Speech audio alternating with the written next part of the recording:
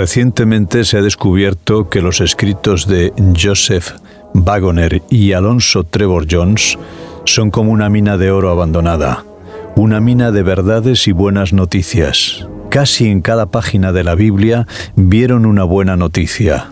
De todo esto resulta algo conmovedor que hace vibrar el corazón para siempre. Es fácil ser salvo y difícil estar perdido si comprendemos hasta qué punto la buena noticia es buena. Es con inmenso placer que presentamos estos deliciosos bocados cotidianos de buenas noticias. Pueda producir a todos vosotros tanto placer oírlas como a nosotros reunirlas y llevarlas a vuestros oídos. Si quieres ser práctico, entonces cree el Evangelio.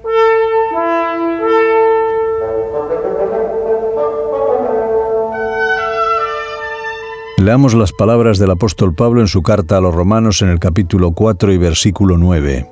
¿Es pues esta bienaventuranza solamente para los de la circuncisión o también para los de la incircuncisión? Porque decimos que a Abraham le fue contada la fe por justicia. El Espíritu era administrado y se realizaban milagros, no por las obras de la ley, sino por oír con fe. Esto es, por la obediencia de la fe.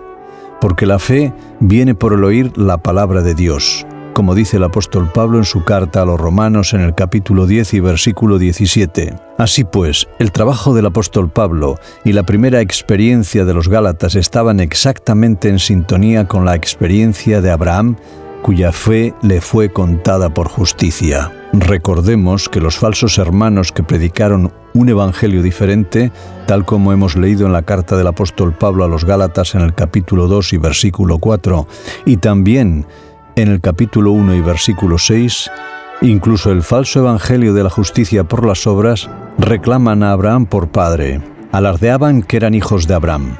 Apelaban a la circuncisión como prueba de los hechos, pero el mismo argumento sobre el que se apoyaban como la prueba de ser hijos de Abraham era la prueba de que no lo eran, porque Abraham creyó a Dios y le fue contado por justicia, tal como está dicho en la carta del apóstol Pablo a los Romanos en el capítulo 4 y versículo 3.